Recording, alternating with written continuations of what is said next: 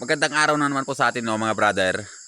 At gaya po ng nakikita nyo ngayon ay natapos na po natin yung ating extension dito sa ating bahay ng ating mga alaga. So iikutan po natin at ito po kasi nabubungan na rin natin. So ayan, kumpleto na po yung kanyang bubong. Yung extension natin is okay na. So ang kulang na lang po dito ay yung ating kanal. So magkakanal po tayo bukas dito. So paikot po yan hanggang sa dun sa likod, dun po natin papadaanin ng tubig para hindi laging maging basa dito sa ating area. So kung mapapansin nyo ngayon ay medyo dumilim ng konti dahil nga sa nabubungan na. And magiging pabor po yun, no, sa ating mga nangingitlog na manok dahil may nangingitlog na naman po tayo dyan na manok. Ang gusto po kasi ng ating mga alagang manok ay yung medyo madilim na area. So ayan po siya ngayon. So alas 5 na kasi ng hapon kaya madilim na rin. At meron po tayong mga ano dito, bagong alaga na nilagay. Actually hindi sila bago. Dating alaga na sila. Ito po yung ating kambing na nanganak. So dito ko na po siya nilagay para mas malapit na po siya dito sa ano natin, para hindi na po dalhin dun sa may bandang unahan. So kung makikita nyo po, no, malulusog na po sila.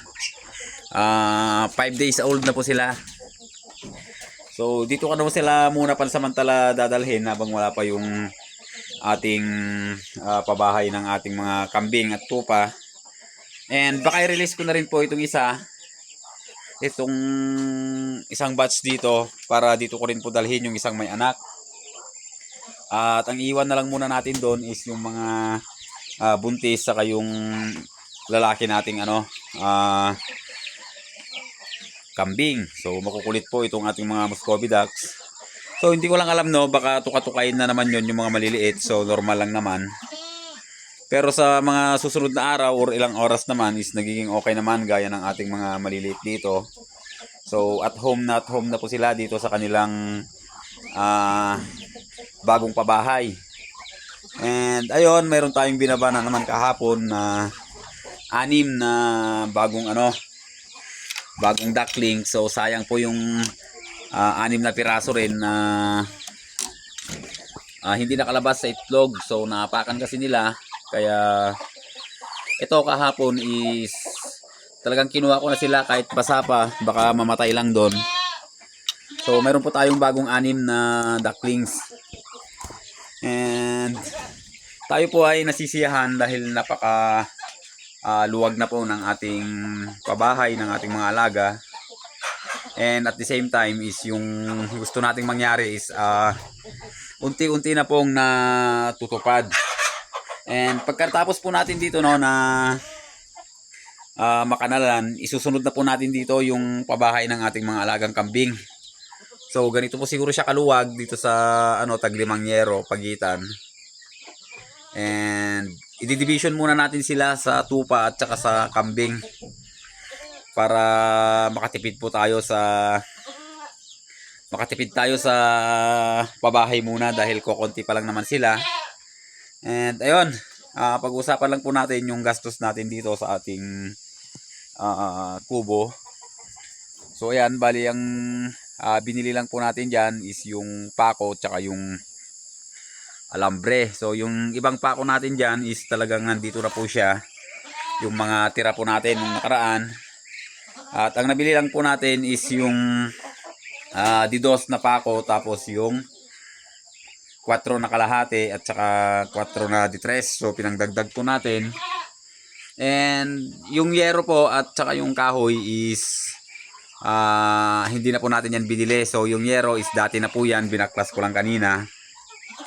And yung kahoy is galing naman dito sa ating area, kaya medyo nakatipid po tayo. And yung ibang nagastos natin is yung merienda and yung labor ng ating gumawa dito. So mura lang naman maningil yung ating kaibigan. So sa 3 araw niya is 1,000 lang yung natin sa kanya, siningil sa akin. So ayan yung mga panabong natin, no. So libre naman po siya sa pagkain, merienda. And syempre pinapashot natin siya pagkatapos ng trabaho noon.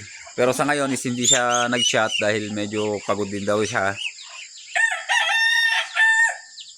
So ayun, talagang unti-unti lang na tong natin, pabahay ng ating mga alagang manok. So may solar po tayo doon no, na may bumbilya siya, 3 bumbilya. Bali binabalak ko po siyang dalhin dito. Bali isa sa breeding pen yung bumbilya, pangalawa dito sa gitna and dito sa gilid. So kahit na tanghali, pagka madilim, pwede nating i-switch dahil mayroon naman siyang switch.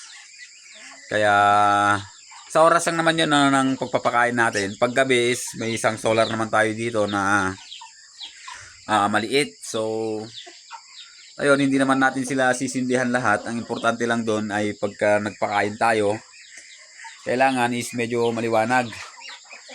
So ayun, ang ganda na tignan ng ng mga Muscovy ducks natin. Parang naging na to no, parang naging patuhan na, hindi na naging manukan. Dahil nga mas marami na po yung Muscovy ducks po natin kaysa sa ating mga alagang manok. So ayan. And yung mga sisiw natin is pwede na po natin pakawalan sa susunod na araw itong mga naunang batch. And ito siguro baka papakawalan na rin po natin to sa mga susunod or next week na lang siguro para lalo silang lumakas pa. And kailangan may painom po tayo dyan bago natin pakawalan para sigurado naman na may protection sila sa mga bakterya dito sa labas. So yung mga manok natin no, nandiyan na sa taas. So ayan na sila. Dahil hapon na rin no, alas 5 na po ng hapon. Kaya lang alas 5 pa lang ng hapon, napakadilim na no. Hindi gaya noon na 6:30 na is maliwanag pa, gumagawa pa ako dito noon. So medyo makalat lang, so ganoon talaga, nagpapayos tayo. Pero bukas is hindi pupunta dito yung ating kaibigan. Ako lang dito mag-isa bukas. So yung mga dapat ayusin, yung kanal, yung dumi is yun muna yung mga tatanggalin natin. And pag okay na is umpisa na po natin agad yung ating pabahay ng mga alagang kambing at tupa. So ayun lang po sa araw na to mga brother. And ako po'y pauwi na rin.